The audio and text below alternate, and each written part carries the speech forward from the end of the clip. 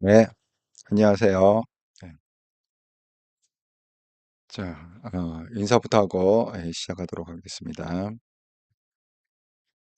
예, 블루마운틴님 한통용에서 다시 뵙니다. 잘 듣겠습니다. 아유, 감사합니다. 블루마운틴님. 예, 자, 바로 시작하도록 하겠습니다.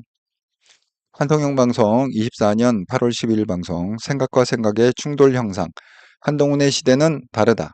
경제, 정치, 사회 전반에 걸쳐서 MZ 세대 정신이 주류가 되는 시대이다. 예. 음.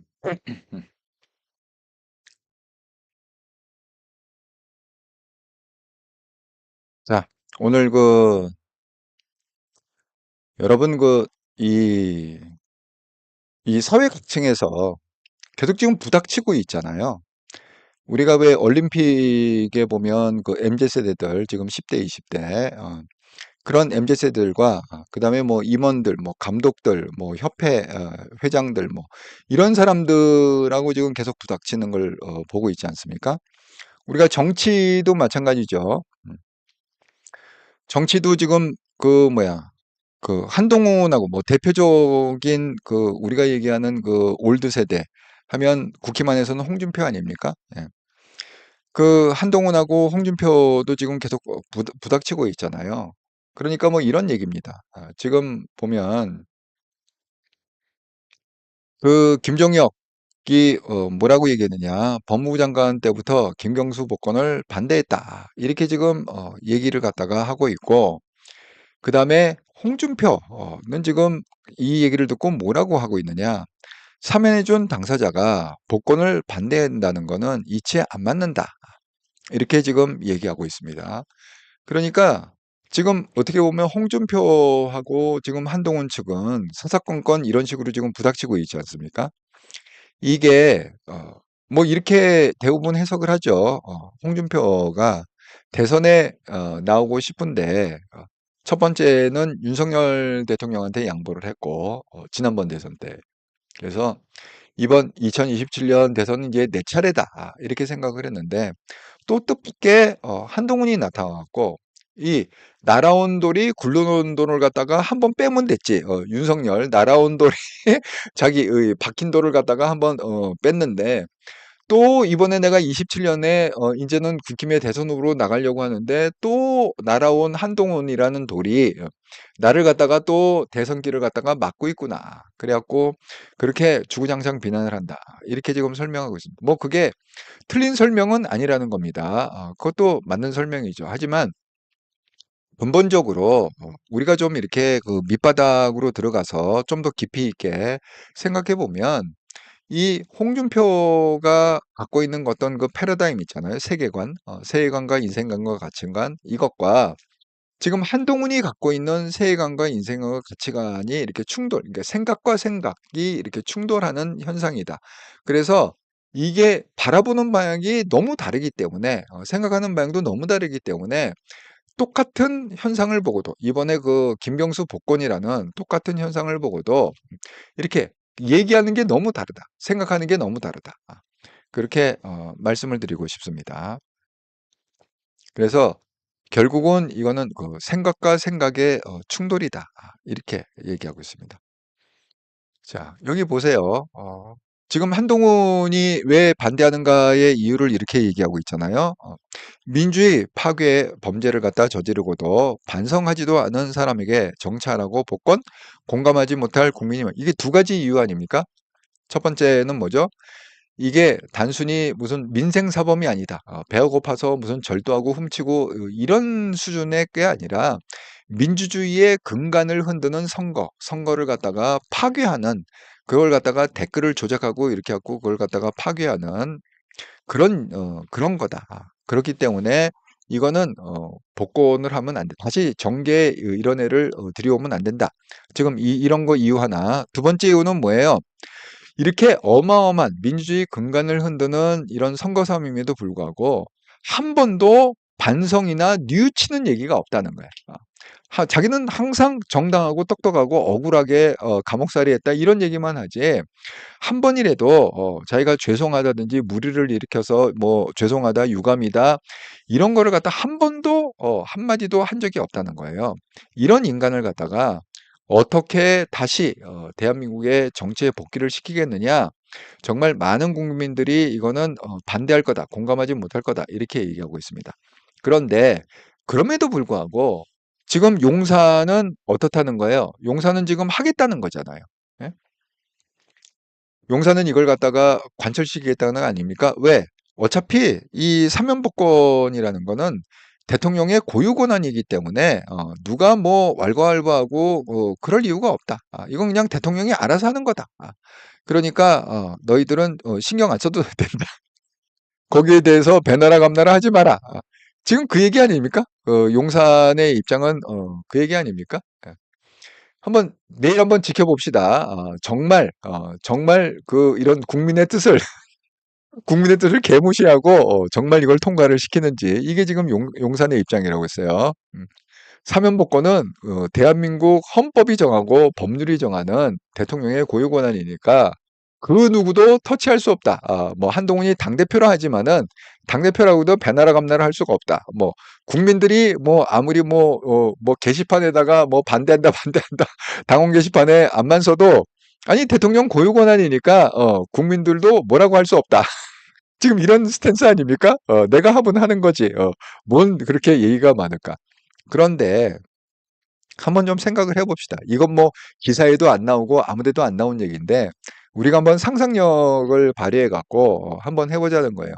만약에 아이고 김재영님, 아이고 안녕하세요. 아이고 오늘은 또 이렇더라 방송에도 참여해 주시고 또 한동영 방송에 참여해 주셔서 감사합니다. 김재영님. 예, 많이 바쁘신데도 불구하고. 예. 자, 왜 그럴까요?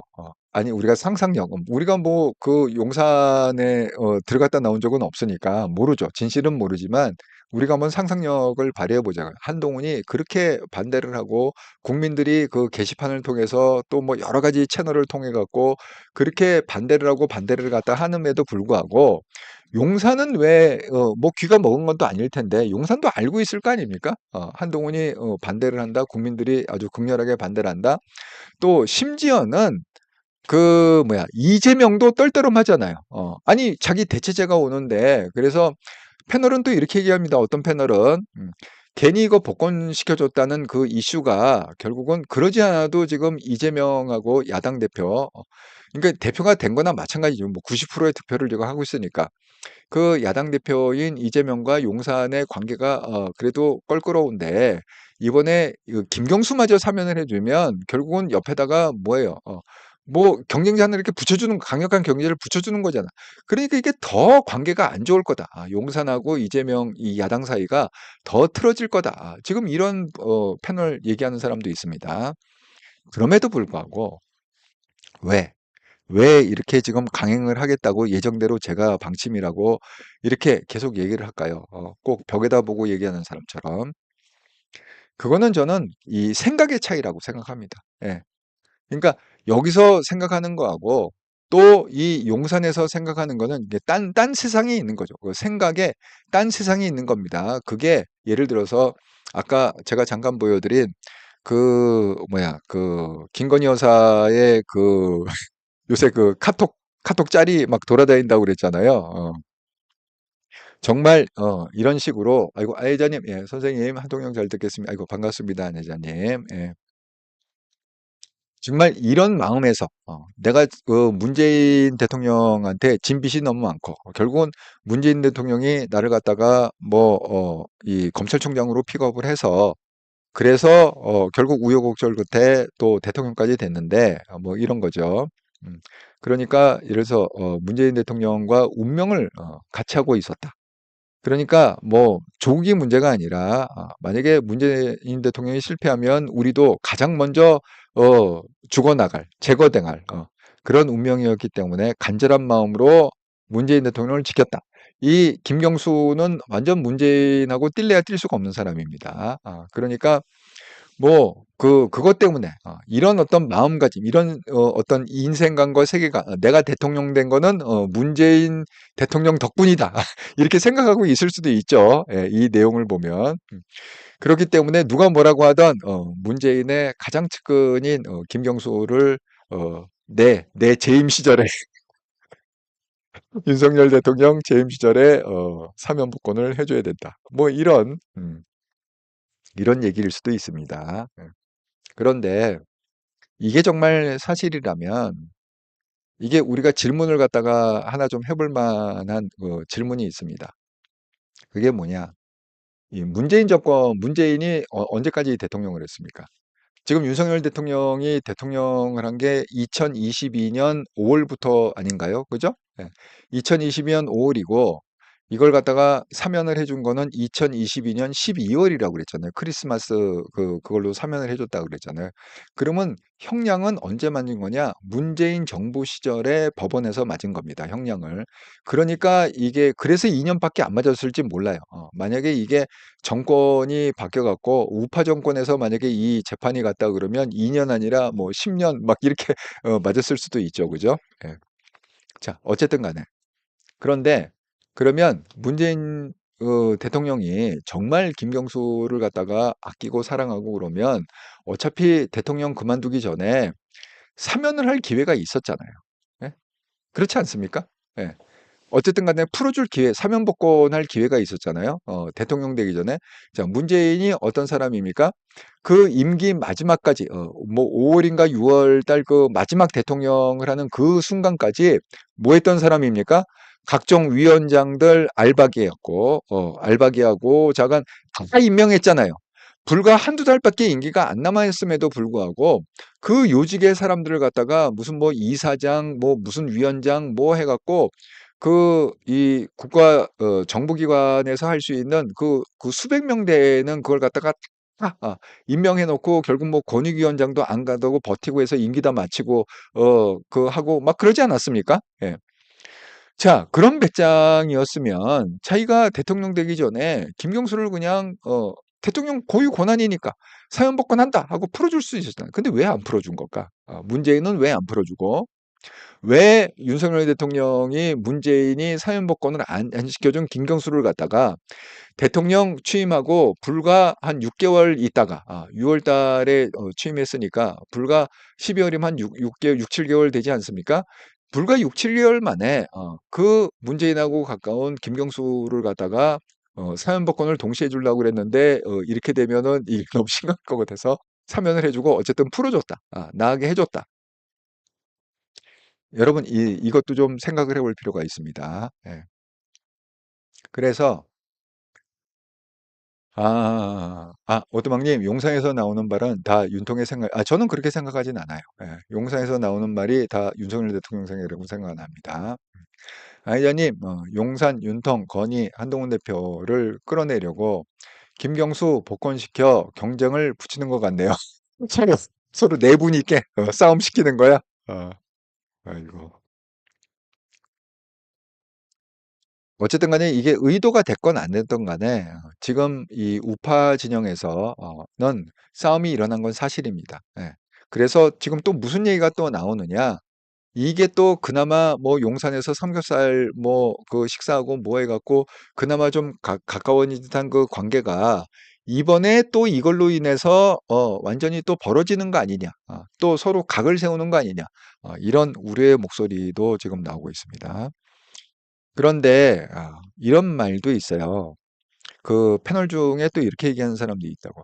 설사 한동훈 대표가 그게 마음에 안 들더라도 그걸 갖다가 이렇게 까발기지 말고 그냥 그 물 밑에서 물 밑에서 그냥 조용히 그 용산에다가 얼마든지 의사표시를 할 수 있지 않느냐. 그 까발긴다는 건 뭐냐. 그걸 갖다가 또 세상에 대놓고 대통령하고 내 관계가 이렇게 또 안 좋다. 이걸 갖다 또 증명하는 결과가 되지 않았느냐. 이렇게 또 얘기하는 패널도 있습니다. 그런데 거기에 대해서는 제가 동의를 하지 않는 게 지금 한동훈이 자기가 무슨 뭐야 뭐 권력을 쥐려고 그러는 겁니까? 아니면 뭐 그 용산을 갖다 디스하려고 지금 얘기하는 겁니까? 아니죠. 한동훈의 유일한 목표는 뭐예요? 항상 국민 눈높이죠. 국민 눈높이, 민생, 국민 눈높이. 그런데 이 김경수 복권이라는 게 국민 눈높이에 절대 안 맞는다. 국민들이 원하는 일이 아니라는 거지. 그러니까 뭐예요? 아무도 얘기를 안 하고 있으니까 결국은 내가 총대를 메고 한동훈 입장에서는 내가 총대를 메고 국민의 그런 견해, 국민의 뜻을 갖다가 용산에다가 전해야 된다. 라고 해갖고 이걸 갖다가 지금 외치고 있는 겁니다. 저는 그렇게 받아들여집니다. 그 진심이 진심이 그렇게 느껴집니다. 저한테는. 네. 자, 그 이재명이 지금 숟가락을 갖다 얹었는데요. 어떻게 얹었느냐? 지금 이게 돌아가는 거 보니까 이게 김경수가 복권이 돼도 문제고, 예를 들어서 김건수가 복권이 됐다 칩시다. 근데 자기가 막 불편해하고 반대하고 막 그랬는데 김건수가 복권이 됐다. 그러면 이게 보기가 안 좋잖아요. 그죠? 그러면 지금 그 한동훈이 막 난리를 치고 또 국힘에서 막 게시판에 난리를 쳐갖고 이 용산의 뜻을 쫓다가 치자 이거야. 그래서 김경수 복권이 안 됐다 치자 이거야. 그래도 내가 정말 바라던 바다, 깨소금이다. 이렇게 그걸 갖다가 결론을 맺을 수는 없잖아요. 그래서 이재명이 그 어제 그제 인터뷰를 했습니다. 어떻게 인터뷰를 해? 뭐 기자들이 또 물어봤겠죠. 김경수가 지금 뭐 복권이 된다고 그러는데 뭐 어떻게 생각하십니까? 이렇게. 자, 질문이 뭐냐? 김경수 지사 복권 결정 전망 보도 어떻게 보셨는지요? 후보는 다양하고 많을수록 좋습니다. 그리고 김경수 전 지사 문제는 저희가 직간접적으로 여러 루트를 통해서 지속적으로 복권을 요청드린 바 있었습니다. 이게 여기서 또 뜻밖의 이런 얘기가 나오는 거야. 그 가만히 있는 게 아니라 저희가 그러니까 자기가 여기 보세요. 여기는 저희가로 나오잖아요. 근데 뒤에 가면 제가로 나와요. 제가 요청드렸다고 이렇게 나와요. 예. 그래갖고 내가 가만히 쓴 게 아니라 김경수를 구명하기 위해서 여러 채널로다가 복권을 시켜달라고 용산에 계속 압력을 넣었다. 이런 얘기입니다. 그랬더니 기자가 다시 물어봤어요. 복권 요청 말씀해 주셨는데 저번 영수회담에서 언급이 된 건지요? 왜 금시초문이다 이거야. 이재명이 복권을 갖다가 용산에다 했다는 건 금시초문인데 이게 또 뭔 생동만이 그러면 지난번에 왜 영수회담 했잖아요. 뭐 차담회담이라고 해갖고 만난 적이 있잖아요. 그러면 그때 그러면 우리가 모르는 사이에 그때 오고 간 거냐? 이렇게 물어봤더니 이재명 말 영수회담 때는 아니고요. 이게 왜 영수회담 때는 아니라고 얘기했죠? 영수회담을 갖다가 윤석열 대통령하고 이재명이 단둘이 한 게 아니잖아. 만약에 단둘이 했으면 영수회담에 했다고 그랬지. 왜 증인이 없으니까. 하지만 영수회담 단둘이 한 게 아닙니다. 그 이재명은 이재명 나름대로 몇 사람 데려가고 또 여기서 뭐 용산에 또 그런 사람들이 하고 그래갖고 여러 명이 같이 영수회담을 한 거예요. 여러 명이. 예? 그러니까 그때 증인들이 있으니까 그때 얘기한 적이 없는데 이렇게 나오면 또 곤란할 거 아니야. 그러니까 슬쩍 한 발 뺐습니다. 예. 영수화담 때는 그런 거 안 했고요. 이렇게 얘기하면서 그러니까 뭐라고 얘기는 해야 되는데 그다음에 나온 얘기가 뭐예요? 밝히기가 좀 부적절하다. 왜? 이게 거짓말일 확률이 높잖아요. 거짓말 확률이 높으니까 이제 얼버무리게 밝기가 좀 부적절한데 하여튼 어쨌든 간에 계속 물어보지 마. 계속 물어보지 마. 더 이상 어쨌든 간에 여러 가지 루트로 이재명이 내가 요청을 드렸습니다. 땡. 이렇게 지금 얘기하고 있습니다. 음. 그러니까 이 얘기가 끝나자마자 또 박찬대가 또 이렇게 얘기했습니다. 훨씬 전에 대통령실에서 질문이 와 갖고 김경수 등 복권 의견을 전달했다. 여기서 지금 박찬대가 요구한 거는 김경수하고 정경심을 복권해 달라. 이렇게 요청을 했다는 거야. 예, 너무 재밌습니다. 음.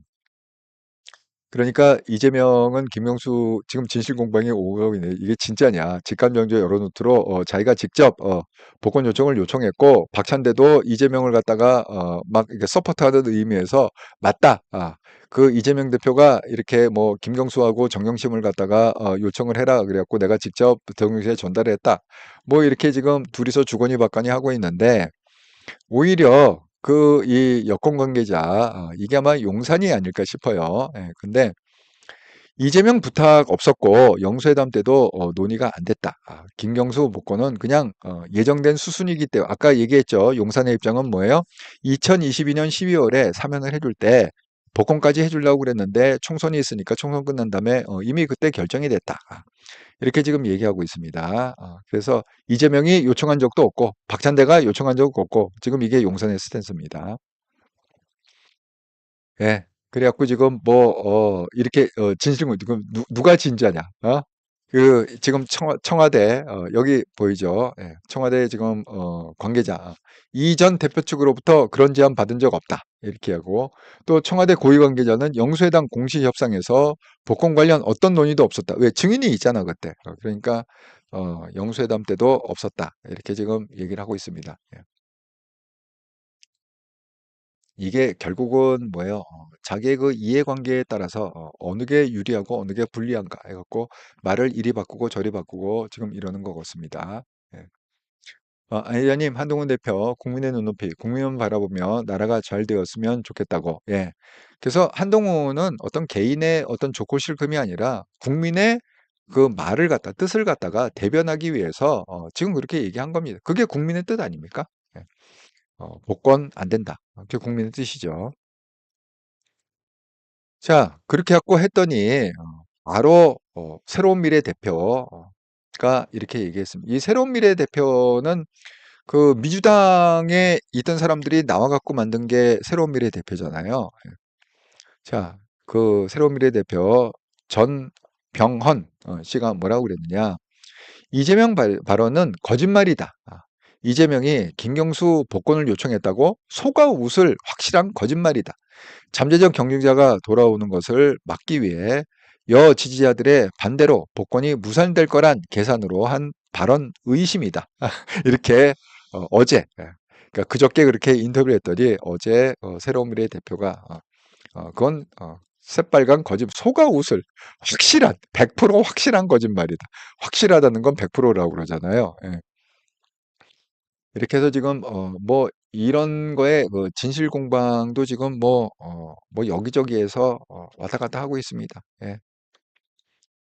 그런데 이게 또 그 이 세미래 대표의 그걸 또 백업해 주는 그게 뭐냐면 제가 이 영상을 다시 한번 여러분 그 전당대회 때 지금 그 당원들이 이제 개딸이 주로 쥐고 있다고 그랬잖아요. 김두관이 그 김경수를 언급했을 때 그 야유가 쏟아집니다. 예. 다시 한번 제가 보여드리겠습니다. 한번 보시죠. 예. 경제, 사람이 먼저다. 승부 조작을 한 선수는 영구 제명돼요. 다시 선수로 못 뛰어요. 받고 싶지 않은 선물을 억지로 받게 된 셈입니다. 댓글 조작으로 문재인 정부를 탄생시킨 인물을 복권시키는 게 맞느냐는 그것을 인정해 주는 건 오로지 딱 하나 국민통합이에요. 통합은 이런 일방통행이나 우격 다짐으로는 이루어지지 않는다는 여러 가지 루트로 제가 요청을 드렸습니다. 이재명 전 대표가 김경수 복권을 요청, 속아 웃을 확실한 거짓말이다. 복권이 예상되는 김경수 일장, 정석 유실장 있지 않습니까? 참으로 우리 당 미래가 걱정이 됩니다. 한동훈 대표는 주변에 우려의 뜻을 밝힌 것으로 민주주의 파괴 범죄를 저지르고도 반성하지 않는 사람에게 정치하라고 복권, 공감하지 못할 국민이 많을 것이다. 민주주의를 파괴한 사람이에요. 9천만 건에 가까운 댓글을 조작을 한 사람 아니에요. 재판 과정에서 한 번도 죄를 인정한 적이 없어요. 네. 아니 그런 사람은 왜 복권을 해줘야 되는 거예요? 경제, 사람이 먼저다. 여기 보신 대로 김두관이 김경수가 있지 않느냐.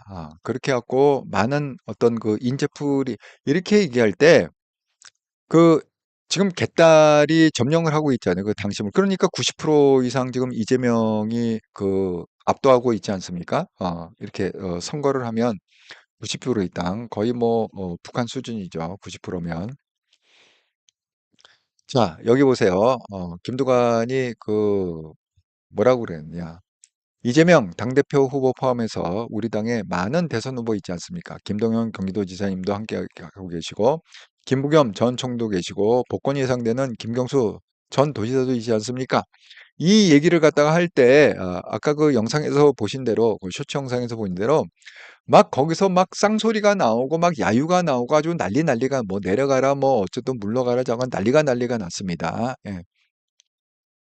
자, 그랬더니 김두관이 지금 뭐라고 그랬느냐. 지금 이재명 후보가 압도적으로 1위를 달리고 있는데 대표 후보가 이렇게 조용히 이야기하는데도 이야기를 들어주지 못한 이 상황을 보면서 참으로 우리 당 민주당의 미래가 걱정이 됩니다. 또 이 얘기를 했으니까 또 거기에다 또 야유가 이렇게 잔뜩 나오고 있습니다. 그러니까 지금 민주당 당원이나 개딸들은 원치 않는 거예요. 이 복권. 왜? 그 김경수의 존재가 이 이재명한테 도움이 되는 존재가 아니라 이재명의 어떤 대체제, 이재명이 사법 리스크가 될 때 대체제, 뭐 플랜 B로서의 역할을 하는 사람으로서 이렇게 생각하기 때문에 그렇게 하면 이재명을 갖다가 지킬 수가 없잖아요. 예? 그러니까 이재명이 어떻게 보면 그 김경수 입장에서 뭐 이재명이 감옥에 갈 날만 이렇게 기다리고 있는 어떤 그런 게 느껴지지 않습니까? 그러니까 쉽게 얘기하면 프렌드가 아닙니다. 적입니다. 예. 그 당원 입장에서는 김경수가 이게 프렌드가 아니에요. 적이에요.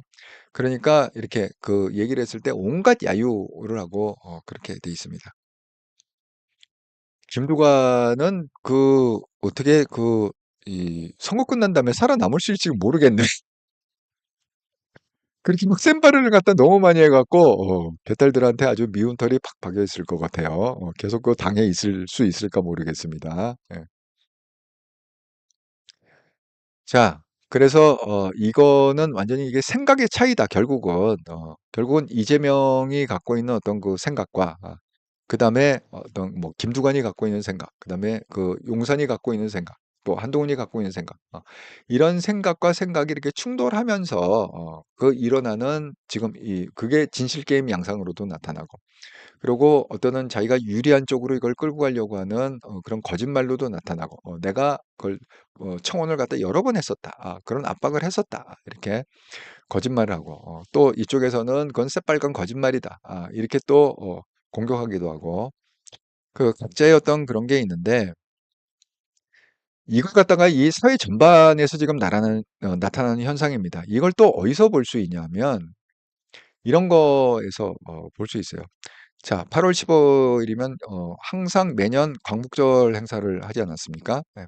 그런데 최근에 어떤 일이 있었냐? 김형석 독립기념관장, 이분이 지금 8월 8일부로 독립기념관장으로 임명을 했습니다. 이것도 다 뭐 용산에서 임명을 하는 거죠. 근데 이게 친일 뉴 라이트 성향 논란이 있어요. 그래서 1948년 건국주장. 자, 그런데 현재 지금 광복회장은 누구냐? 이종찬입니다. 이종찬이 지금 이 건국일 논란으로 인해 갖고 광복절 행사에 풀참하겠다. 윤회 배신감. 왜냐하면 이종찬하고 윤석열 대통령 굉장히 가까운 사이입니다. 그래서 그 윤석열의 아주 절친 그 이철우 교수라고 있습니다. 그 아버지죠. 그리고 윤석열 대통령님의 그 멘토 사석에서는 아버님 이렇게 하는데 지금 이게 김영석 이 친일 뉴라이트 성향 논란으로 이렇게 돼 있습니다. 자, 이 광복절의 논란이라는 게 이게 뭐냐 이런 겁니다. 그 지금 이종찬 그 광복회장이라고 그랬죠. 그다음에 윤석열 대통령님의 절친 그 이철우 연세대 교수입니다. 그 윤석열과 그 대광초등학교 같이 나왔고요. 서울법대 함께 다닌 그 57년 그 중마고우입니다. 그러면서 그 윤석열 대통령한테 건국절 입장을 분명히 좀 밝혀라. 그렇게 얘기하고 있습니다. 또 그 아버지인 그 이철우 교수, 여러분, 이게 왜 중요한 포인트냐면, 제가 이걸 갖다가 왜 생각과 생각의 충돌, 이 사상과 상상의 이 충돌이 어떤 결과를 낳는가. 제가 작년에도 방송을 했는데요. 제가 말씀드렸죠. 그 윤석열 대통령이 책잘필 일을 하고 살지 않았어요. 어디 가서 공짜밥 먹고 이러지 않았습니다. 그래갖고 제가 예를 든 게 뭐냐. 바로 그 이종찬과 그 이철우, 그 얘기를 든 겁니다. 그 이철우 씨하고 그 윤석열 대통령이 얼마나 절친이냐면, 여러분 아마 그거 기억나실 거예요. 윤석열 대통령이 유명해진 그 일화가 있잖아요. 나는 사람에 충성하지 않고 조직에 충성한다. 이거 있잖아요. 그게 왜 일어나는 겁니까? 박근혜 정부 시절에 그 국정원을 갖다가 압수수색했습니다. 그 압수수색하기 전에 다 검찰 그는 이게 하이라키 조직이라서 약간 군대식이잖아요. 그러니까 위에서 하지 말라 그러면 이 검사가 하기가 쉽지가 않습니다. 명령에 좀 복종해야 되는 그런 게 그 검찰 조직, 법원 조직과 검찰 조직은 다릅니다, 많이. 그럼에도 불구하고 윤석열 대통령이 그냥 개인이 이게 맞다, 옳다 생각이기 때문에 압수수색 영장을 받아갖고 국정원을 갖다가 압수수색해갖고 난리가 났습니다. 그런데 그 판을 갖다가, 그래서 청문회가 열렸습니다. 국회에서 청문회가 열렸는데 그 판을 갖다가 누가 깔아줬느냐? 지금의 그 국민통합위원장인 김한길 씨가 그때 당시에 야당의 당대표였어요. 그래갖고 김한길 씨가 국회에서 그 판을 깔아줬습니다. 그래갖고 윤석열 대통령이 그때 나와갖고 청문회 과정에서 한 얘기가 뭐냐? 나는 사람에 충성하지 않고 조직에 충성한다. 이 얘기 때문에 윤석열 대통령이 유명해진 겁니다.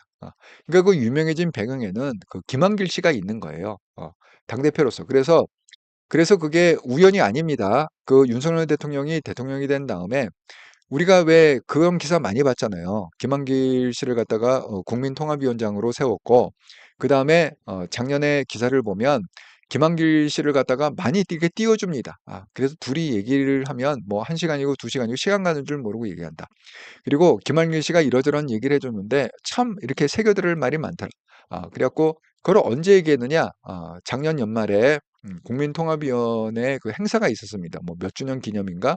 그 행사 때 윤석열 대통령이 아주 김한길을 많이 띄워줬습니다. 자, 그러니까 제가 항상 얘기했죠. 윤석열 대통령님의 특징이 누구한테 이렇게 은혜를 받으면 좀 이렇게 신세를 지거나 그걸 하면 그걸 잊지 않고 좀 이렇게 갚는 스타일인 것 같다. 이런 얘기. 그 김한길 씨를 픽업한 것도 그렇고, 그 다음에 우리가 그 비서실장 뭐 박영선 국무총리 뭐 이런 얘기 나올 때도 그런 얘기가 나왔습니다. 그런데 지금 이게 왜 그 중요한 사건이래 갖고 제가 이 사진을 갖다가 왜 지금 올렸냐면, 역시 그 채널A가 아주 그 핵심을 잘 찝습니다. 그 당시에 제가 지금 얘기했던 국정원 압수수색 해갖고 막 청문회 쓰고 그럴 때, 그때 뭘 조사를 받든가 윤석열 대통령이 어쨌든 그것 때문에 조사받거나 제가 뭐 그렇게 뭐 어떤 과정이 있었어요.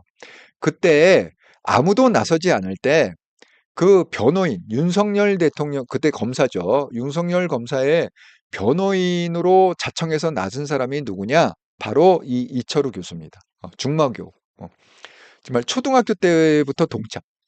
이 중마고 이철우 교수가 나와서 윤석열 검사를 갖다가 변론해 줄 정도로 그렇게 아주 친한 사이였고, 그 다음에 그 이종찬하고는 어떤 관계냐? 이종찬 씨가 뭐 그때 뭐 육순인가 칠순인가 좌우간 그런 잔치 때 그 1년에 한두 번 정도 이 아들 친구들을 모아갖고 뭐 밥을 산다는 얘기가 있어요. 네. 그랬는데 그때도 잠깐 무슨 생일이건 뭐 무슨 잔치건 좌우간 좀 특별한 날이기 때문에 이렇게 초대해 갖고 했는데, 그때 당연히 초대를 했죠. 윤석열 그때 검사 시절이니까. 근데 식사를 마치고 윤석열 그 검사가 그냥 자기 먹은 거를 갖다가 그냥 계산하고 나가더라는 거야.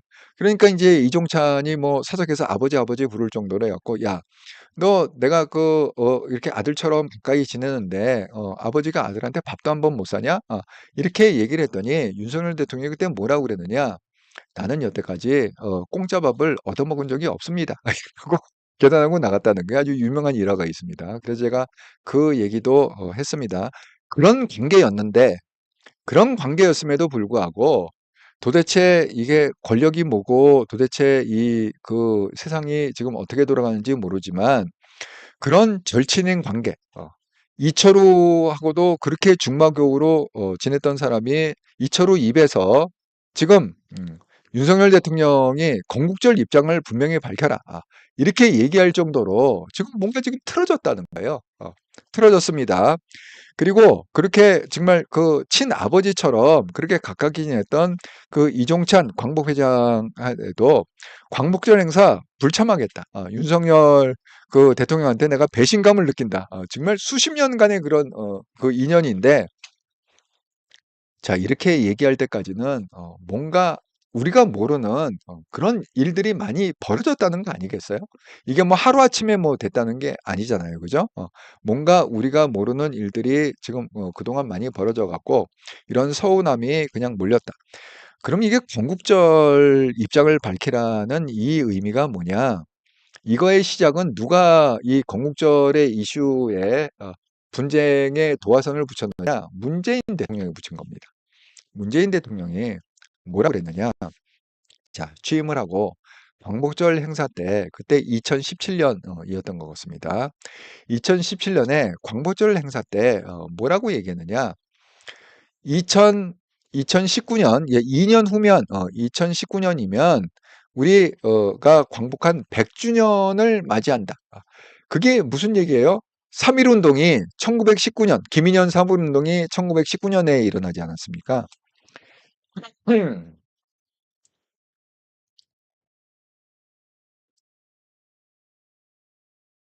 그러니까 이 건국일 분쟁이 문재인이 쏘아올린 공이라는 거예요. 그러니까 그 뭐예요? 우리 건국의 건국일이 언제라는 거야? 1919년이라는 거잖아. 예.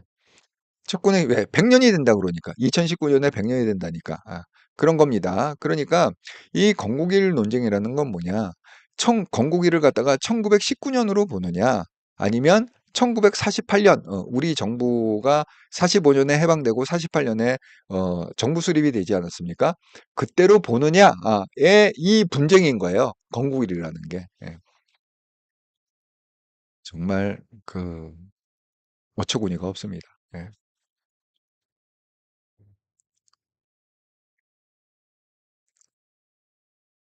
지금 이런 거 갖고 싸울 때입니까? 예? 이게 우파 내부에서 이런 거 갖고 싸울 때입니까? 예. 또 민주당도 이 발언, 이 박원석 전 의원의 발언 때문에 아주 난리가 났습니다. 이 정봉주 씨하고 박원석 씨가 굉장히 가까운 것 같아요. 예, 아주 서석에서도 서스럼 없이 얘기할 정도로 그런 가까운 사이인 것 같습니다. 지금 이게 왜 또 이 사건이 일어났느냐? 이것도 결국 이제 그 서로 이권과 생각의 충돌이죠. 정몽주가 최고위원 지금 같이 선거하지 않습니까? 최고위원 1위를 달리고 있었어요. 그런데 그 어느 날 그 이재명이 정봉주를 좀 거꾸로게 생각하는 모양이에요. 왜 정봉주가 민주당도 먼저 있었고 어쨌든 간에 그때 당시에는 정봉주가 또 영향력도 컸었고 뭐 그런 상황이라고 그럽니다. 그랬더니 그 누구죠? 김민석인가 누군가 또 최고위원 나온 사람. 아니 거긴 왜 표가 그렇게 안 나오는 거야? 그걸 갖다가 그냥 대놓고 방송을 했습니다. 그러면 깔깔대면서 왜 이렇게 표가 안 나오는 거야? 막 웃으면서 그 영상이 있습니다.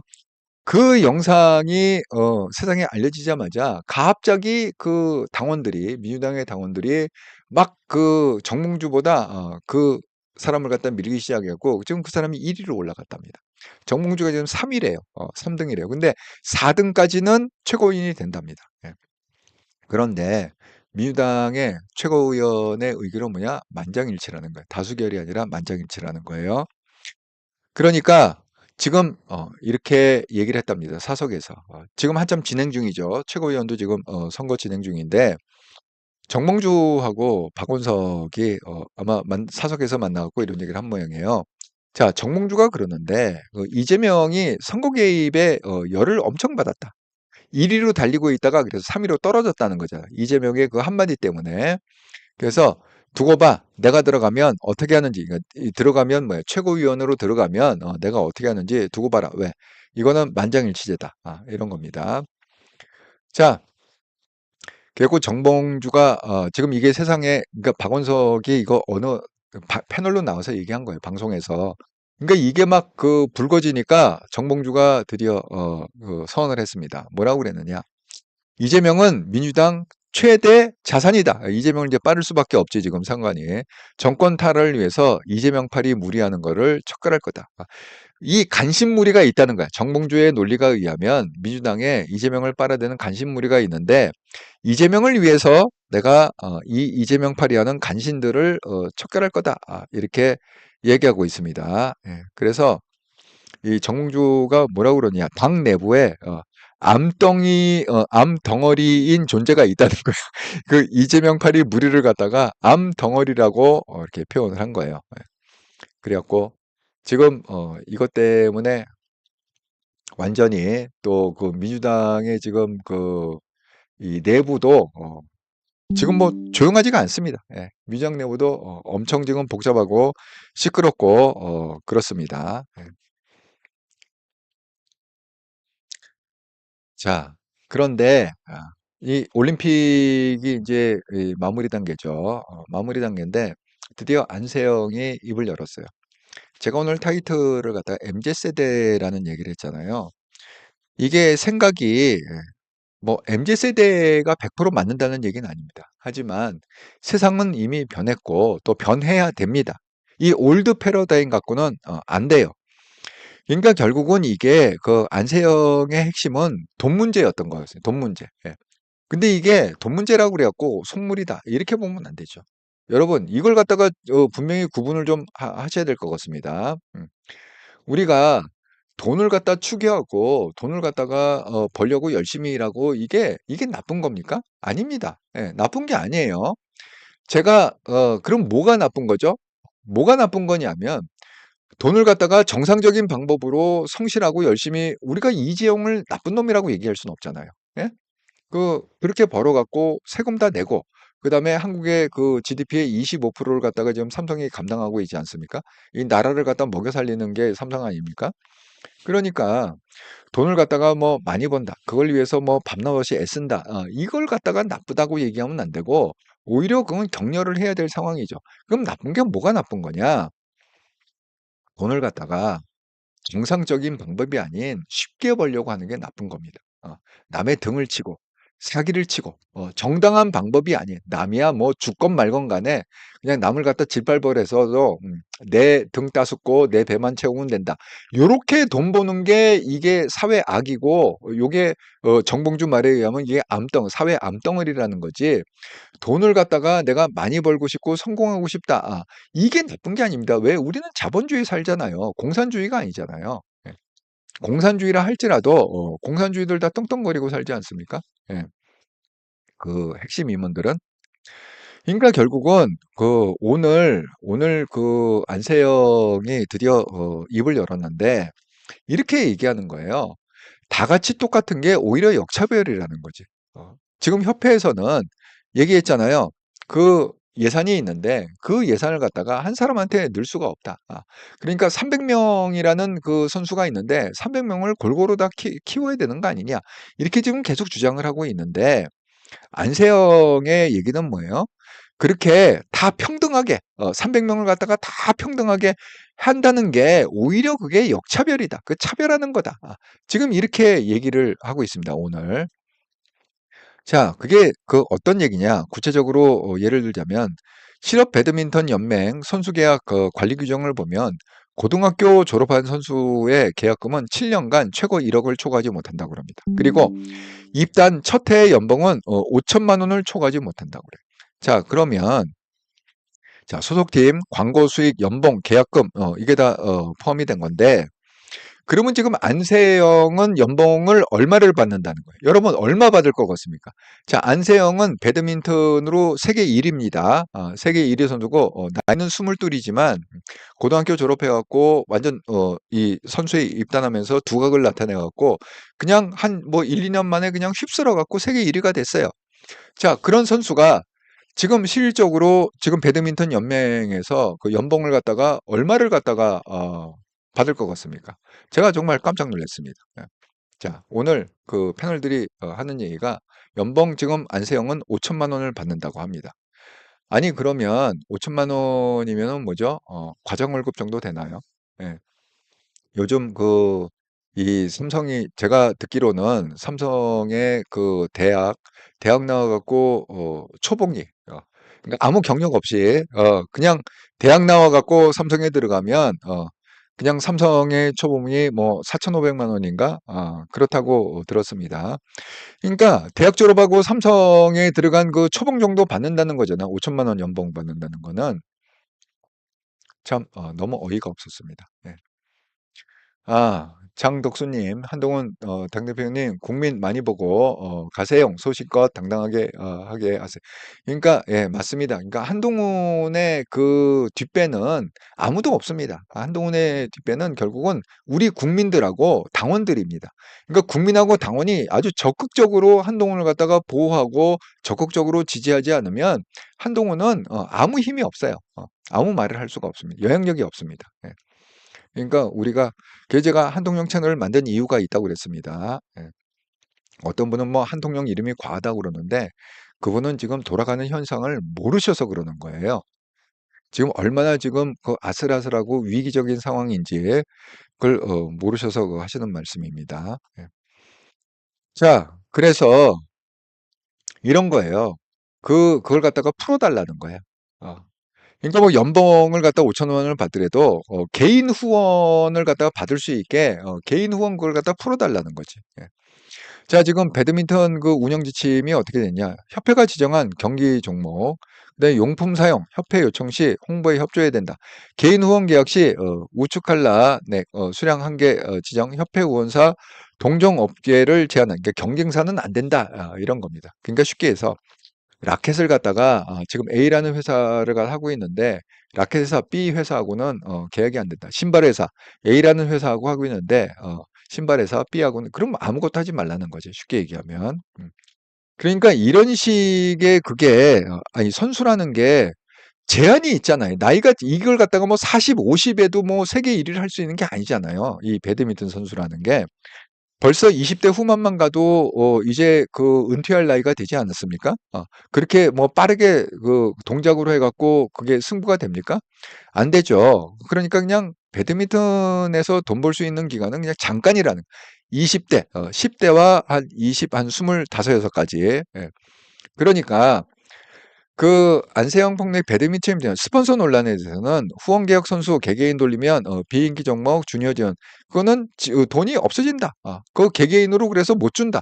개인 계획하게 허락할 수 없다. 연봉은 뭐야? 총 300명 그런 거 실업 선수 생계 유지를 갖다 해야 된다. 그러니까 n분의 1로 나눠야 된다. 이런 얘기죠.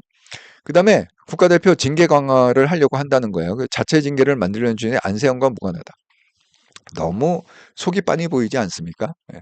그러니까 이러한 그 틀딱 패러다임 갖고, 이 올드 패러다임 갖고 더 이상 대한민국을 갖다가 이끌 수 있는 리더가 될 수 없다.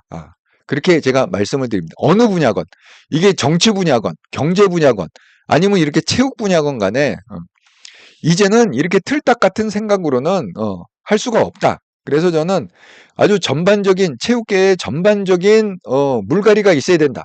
저는 그렇게 생각합니다. 이번에 안세영 건을 갖다가 계기로 했고 배드민턴 협회뿐만이 아니라 뭐 탁구협회, 축구협회, 잠깐 온갖 협회들의 그런 대대적인 물갈이가 있지 않으면 그러면 결국은 우리는 우리의 그 올림픽의 성적은 앞으로 불보듯이 뻔하다. 자, 안세영이 뭐라고 얘기하고 있느냐? 협회가 모든 걸 다 막고 있는 것 같은 생각. 뭐 개인 후원도 안 된다. 뭐 월급도 많이 못 준다. 5천만 원으로 제한하고 7년간 묶여 있어야 된다. 뭐 그다음에 그러니까 28년 동안 결국은 금메달 하나밖에 나오지 못하지 않았느냐? 28년 동안 메달이 없었던 이유가 뭐냐? 결국은 동기부여가 안 된다는 거지. 탁월한 선수들의 동기부여가 안 된다는 거야. 이런 틀딱까지 그런 구조조정 그런 상황에서는 그런 환경에서는 누가 그걸 열심히 하겠느냐. 이래도 n분의 1, 공산주의처럼 이래도 n분의 1, 저래도 n분의 1, 부상당하면 나만 손해고, 그런데 누가 그걸 갖다가 열심히 하겠냐. 이런 얘기입니다. 그걸 좀 돌아봐라. 왜 메달이 하나밖에 안 나왔는지 좀 돌아봐라. 이렇게 지금 얘기하고 있습니다. 정말 그래서 이제 이 채널에 의해서 이걸 좀 비교를 한 건데, 제일 그래도 모델이 되는 게 지금 현대에서 운영하고 있는 양궁 협회 아닙니까? 자, 배드민턴 국가대표 운영 지침과 양궁 국가대표 운영 지침을 비교해 봤더니, 배드민턴 지침은 어떻게 되어 있느냐? 지도자 지시와 명령에 복종해야 된다. 복종을 얘기하고 있어요. 무슨 왕이 신하한테 얘기하듯이 그런 의미죠. 복종. 그런 복종을 갖다가 규정하고 있고, 양궁 국가대표 운영팀은 어떻게 되냐? 경기력 향상에 관련된 지시를, 그러니까 딴 거는 모르지만 경기력 향상, 이렇게 체력을 갖다가 해야 경기력이 향상된다. 이런 훈련을 해야 거기에는 이행을 하라는 거야. 내가 개인 터치는 안 하겠지만 이게 확실히 분위기가 다르지 않습니까? 예. 그래서 이걸 갖다가 또 비교해 갖고 그렇게 설명을 하고 있습니다. 그러니까 이게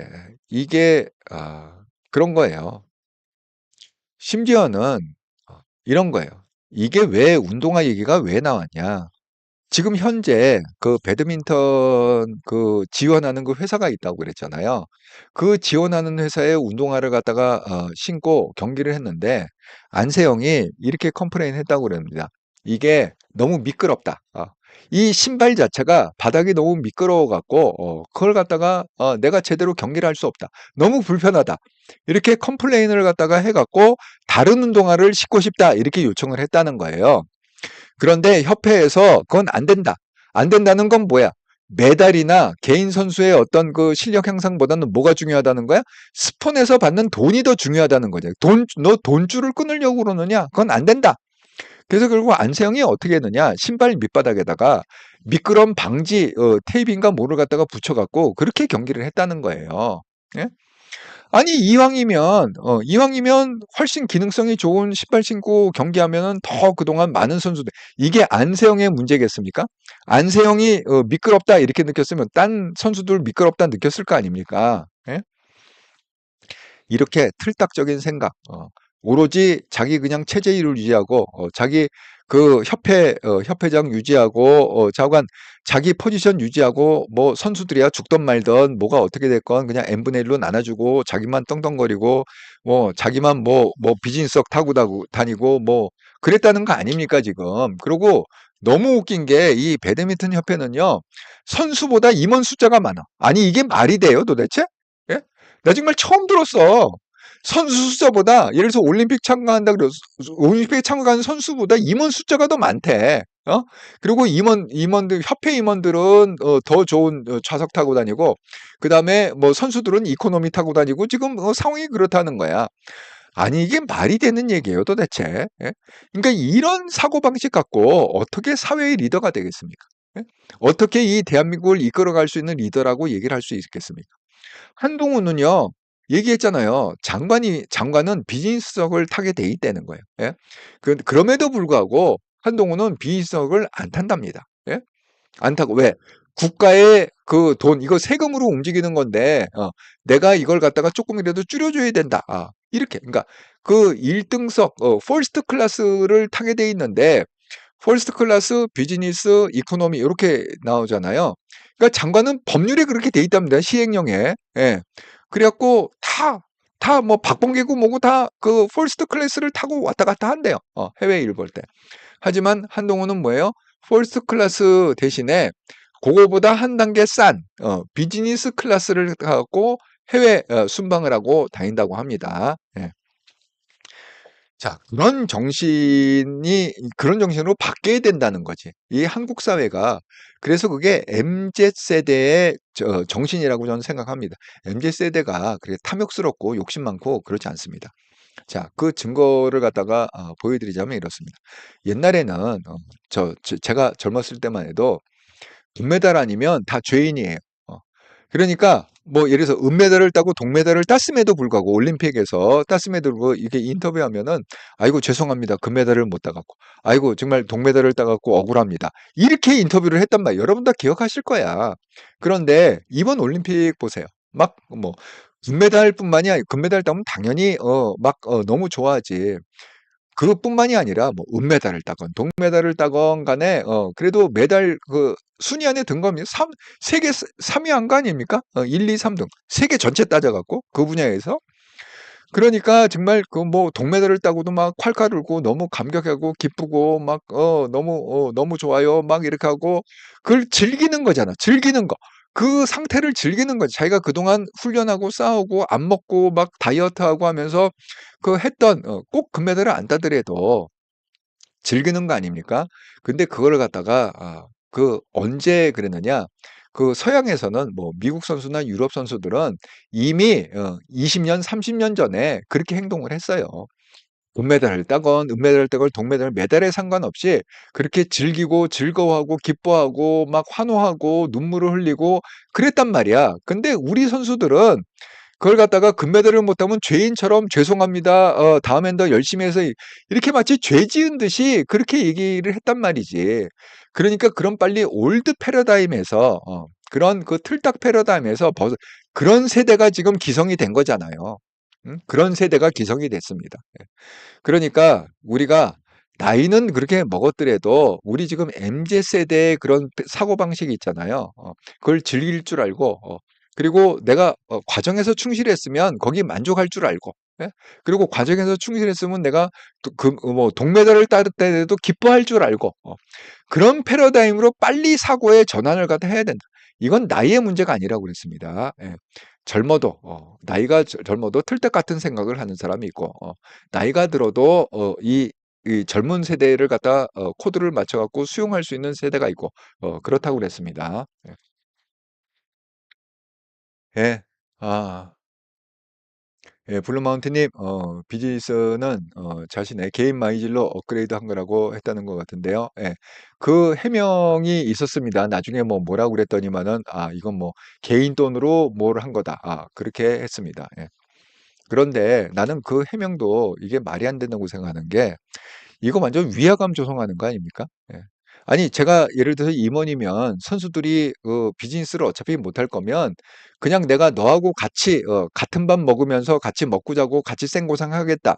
이런 생각으로 그렇게 갖고 그냥 이코노미 타겠어. 내가 업그레이드를 할 수 있다 하더라도 내가 정말 아주 몸이 아프고 막 환자가 아닌 이상은 그렇게 할 것 같습니다. 여러분 그거 한번 생각해 보세요. 예를 들어서 어떤 리더가 있는데 총이 막 총탈이 막 나와. 근데 그 훌륭한 리더는 뭡니까? 예. 그 총탄을 갖다가 나가면 자기가 죽을 수도 있다는 거 알죠? 예? 돌격 앞으로 하고 자기는 방어 속에 이렇게 숨어 갖고 안전지대에 이렇게 있어 갖고 너희들은 생고생하고 해 갖고 죽든 말든 앞에 나가 갖고 해. 돌격 앞으로 내가 명령만 할게. 아니 이런 리더를 따르겠습니까? 아니면 총탄이 쏘더라도 자기가 먼저 총탄 맞을 각오로 자기가 뛰쳐나가면서 돌격하면서 돌격 앞으로 해야 그 사람들이 정말 이러다가 우리 대장 죽겠구나 하고 보호하는 마음이라도 그거 갈 거 아닙니까? 임원들이 그런 마음을 가졌으면 아니 이런 사단이 안 났을 것 같아요. 그러니까 이 정신 자체가 글러먹었다는 거야. 정말 선수들을 다 비즈니스석을 태울 거면 아니 자기가 개인으로 해갖고 업그레이드하면 마일리지를 줘서라도 자기가 돈 있으면 돈을 좀 보태서라도 내가 원래 협회에서 나오는 돈은 이 돈인데 마일리지 하는데 얼마가 넘어 100만 원이 들어? 그럼 17일반 해갖고 우리 한 선수당 100만 원씩 해갖고 다 그냥 비즈니스 타고 갑시다. 아니 이렇게 상황이 돌아갈 거 아니면 어떻게 선수들은 딸랑 이코노미를 타고 가는데 지네들만 뭐 업그레이드 했다 뭘 했다 해갖고 비즈니스를 딸랑 벌써부터 이거 너하고 나하고는 신분이 달라 이 얘기 아닙니까? 너희는 돈 없으니까 못하지 난 돈 있어갖고 마일리지 업그레이드 할 수 있어? 이 얘기 아닙니까? 아니 그럴 바에야 왜 쫓아가 거기를 올림픽을 도대체 왜 쫓아가? 그거 비행기 티켓 하나도 그런 마인드를 갖고 있는데 딴 거는 오죽했겠냐고. 그러니까 지금 얘기하잖아. 지금 보세요. 자, 안세영이 정말 운동 경기를 갖다가 성과를 갖다가 내고 싶은 그런 순수한 마음으로 이게 바닥이 너무 미끄러우니까 그 스포나는 그 신발에 그 회사에 그 신발 바닥이 너무 미끄러우니까 다른 운동화 신고 싶다 이렇게 요청을 했는데 협회에서 안 된대잖아 그거를 왜 너 때문에 돈줄 끊기면 안 되니까 안 된대잖아. 그러면서 그 이기용 그 대한 협회 회장이 기껏 한다는 얘기가 뭐예요? 각 역맨마다 스폰서십이 있어서 그거는 허가할 수 없다. 이용대 선수도 그런 컴플레인이 없었다. 이용대한테 물어봤어? 이러다가 이용대가 양심 선언하면 어떡하려고? 자리 내놓을 거야? 이렇게 말도 안 되는 얘기를 갖다가 그럴듯한 게 자꾸 우긴다고 그래갖고 아니 우리가 딱 얘기를 들어보면 그 폼새를 보면 그건 몰라요. 인생 돌아가는 그 성공의 원리가 있다고 그랬잖아요. 그걸 갖다가 딱 정리하고 있으면 그게 안 보입니까? 다 보이잖아요. 예. 그런데 그걸 갖다가 무슨 분장질을 하고 뭐 화장을 해갖고 어떻게 그걸 갖다 포장을 해갖고 어떻게든지 자기 면피하고 그걸 갖다가 책임을 갖다 다 어린 선수한테 어린 애들이 너무 요구가 과하다, 욕심이 과하다. 아니 욕심은 누가 지금 부리고 있는 거예요? 그 협회 그 임원들하고 그 협회 지금 그 그 리더들이 지금 욕심 부리고 있는 거 아닙니까? 예. 정말 어이가 없습니다. 예. 예, 엣지님 선거법을 어긴 범죄자를 복권해주겠다는 대통령이 있는데도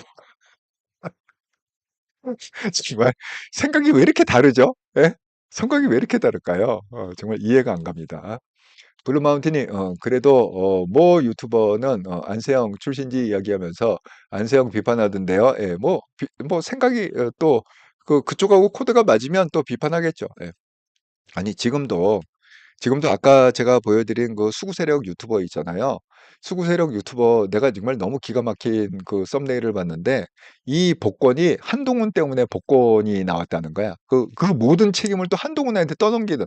아니 그게 말입니까? 방구입니까? 암만 억지를 쓴다 해도 어떻게 한동훈은 그 법무부 장관 시절부터 그걸 반대했던 사람인데 그걸 갖다가 어떻게 한동훈한테 뒤집어 씌울 것도 따로 있지.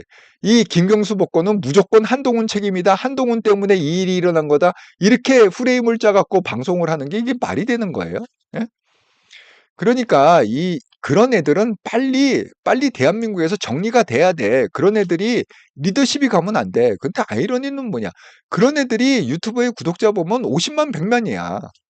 난 너무 그게 정말 그 이해가 안 가는 대목이에요. 그 부분이. 예. 오드막님 스폰 받아서 선수들보다 뭐야? 협회 임원들만 배불렀네요. 글쎄 말이에요. 블루마운틴님 친한 우파 유튜버인데 듣기 거북해서 다시 안 듣습니다. 예. 방수연도 안세영 비판하고 그렇군요. 예. 어쨌든 간에 예, 그렇습니다. 그래서 제가 아이고 시간이 벌써 9시 20분이네. 예. 그래서 지금 여러 가지 그 현상을 보면서 정말 안타깝다. 제가 마지막으로 이 사진 하나 보여드리도록 하겠습니다. 오늘도 이게 크게 이슈가 됐는데요. 여러분, 이분이 돌아가셨답니다. 1세대 원로 주목 신상현 씨가 오늘 별세를 했다고 그러네요. 향년 92대. 그래도 장수를 했죠. 92세면. 이분이 왜 유명하느냐? 1950년에서 1970년 약 20년 동안에 서울 명동을 거점으로 활동했는데 여러분 잘 아시는 그 김두한, 이정재, 시라소니 다 주목으로 한판 하신 분들이죠. 그런 분들과 함께 전국구 주목으로 불려졌다. 그런데 이분이 오늘 별세를 하셨다. 그런데 이게 왜 문제가 됐느냐?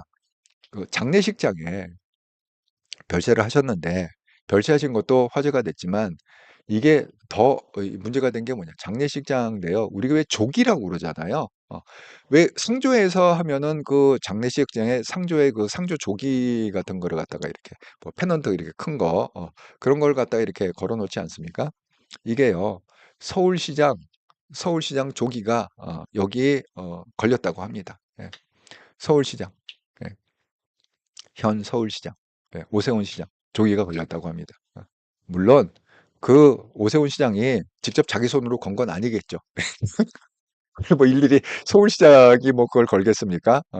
어쨌든 뭐 서울시 관계자가 걸었겠죠. 예. 그러니까 제가 이 생각이 너무 다르다는 거예요. 그걸 갖다가 건 사람이 무슨 생각으로 그걸 걸었을까요? 예? 죄법. 정말 그 한 세대를 갖다가 그렇게 휘어잡았던 그런, 이거 그냥 쉽게 얘기하면 조폭 아닙니까? 그 조폭의 두목이 죽었어. 그런데 그것도 이제 장수를 누리다가 죽었어. 그래갖고 그게 화제가 됐는데, 더 화제가 된 건 뭐냐? 서울시장 오세훈 시장기, 시장 조기가 그 장례식장에 걸려 있다. 아니 이게 도대체 이해가 되는 얘기예요, 도대체? 예? 아니 그 일반 그냥 시민이 죽었을 때 그 뭐 서울시장 조기가 걸립니까? 예? 근데 조폭이 죽으면 조폭 두목이 죽으면 그 시장기가 조기가 거기 장례식장에 오세훈 이렇게 하고 걸립니까? 예?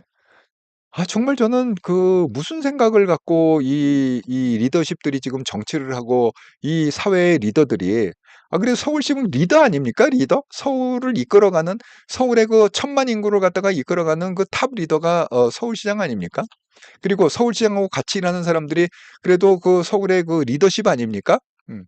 무슨 생각으로 도대체 그런 일들이 벌어지는지 전 정말 이해가 안 가요. 예? 그 조폭이 그렇게 아쉽습니까? 조폭 대통령이 그렇게 애도를 막 서울시장 차원에서 막 애도를 해야 되고 막 그럴 상황입니까 지금 그게? 예? 정말 아이고 어이가 없습니다. 예. 그래서 제가 오늘 그 썸네일에 올린 대로 정말 그 대한민국이 이대로 가면 안 된다. 이대로 가면 안 된다. 그렇게 말씀을 제가 드립니다. 그래서 이 한동훈의 시대는 새 시대가 돼야 되는데 이 생각과 생각의 충돌, 이 현상이 지금 일어나고 있습니다. 그래서 지금 이게 과도기적으로 굉장히 여기저기서 막 삐걱거리고 부닥치고 있는데 이 새 시대, 한동훈의 시대는 달라야 된다. 어떻게 달라야 되느냐? 경제 개건, 정치 개건, 이 사회 전반에 걸쳐서 MZ세대의 정신이 주류 정신이 되는 그런 시대로 우리가 변해야 된다. 그래야 우리는 선진국에 진입할 수 있고, 그래야 우리의 미래 세대들이 번영과 행복을 누릴 수 있다. 이렇게 제가 말씀을 드립니다. 여러분도 한번 제가 오늘 말씀하는 취지를 좀 잘 한번 생각해 보시길 바라겠습니다. 아, 예, 블루마운틴님, 헐. 아니, 왜, 서울시장길을, 아이고야, 나라가 정말 이상하게 돌아가네요. 예, 글쎄 말이에요. 예. 자, 제가, 열흘 전에, 이거 멤버십 방송을 했다고 그랬죠. DIS MBCI 애니어그램을 종합해본 차세대 리더 한동훈 기질 분석. 예. 혹시 안 보신 분은 꼭 보시기 바랍니다. 또 이번 기회에 또 이렇더라 채널에 또 멤버십을 또 가입해서 보시면 또 한 100가지 정도 떠 있다고 그랬죠. 예, 평산교육원 방송이. 음, 도움이 많이 되실 줄 믿습니다. 예. 자, 그래서 이 한동훈 시대, 한동훈 대표 시대로 바꾸기 위해서 우리가 한동훈으로 힘을 모으자. 그래서 유튜브에서 골뱅이 하고 한글로 한통령 이렇게 검색하셔서 꼭 구독, 좋아요, 알람. 그리고 여러분 주변에도 좀 많이 많이 알려주시기 바랍니다. 어쨌든 간에 그 윤석열 대통령님하고는 힘을 합쳐야 됩니다. 한동훈과 윤석열이 힘을 합쳐야 된다. 예. 자, 지난 한 주간 동안 또 후원 정말 감사합니다. 8월 6일에서 8월 11일까지 구독 후원 계좌, 기업은행 계좌로 후원해 주시면 김재영님 감사드립니다. 예. 말씀드린 대로 한동영 채널은 지금 아무것도 안 돼갖고 유일하게 후원할 수 있는 방법은 기업은행 구독 후원 계좌다 이렇게 말씀을 드립니다. 자, 구독자 여러분과 함께 만들어가는 채널 한동영 채널, 여러분이 또 써주신 내용이 있으면 제가 또 나누고, 예, 여러분이 나눠주신 내용은 제가 다 나눈 것 같습니다. 아이고, 벌써 9시 반이네요. 아이고, 이렇게 긴 시간, 또 이렇더라 채널, 이렇더라 방송 7시부터 또 1시간 이상, 또 한통용 방송 또 8시부터 또 이렇게 1시간 이상 긴 시간 함께 참여해 주셔서 정말 감사드립니다. 즐거운 저녁 시간 되시고요. 전 또 변함없이 내일 화요일 날 저녁 7시에는 이렇더라 방송, 저녁 8시에 한통용 방송으로 반갑게 뵙도록 하겠습니다. 감사합니다.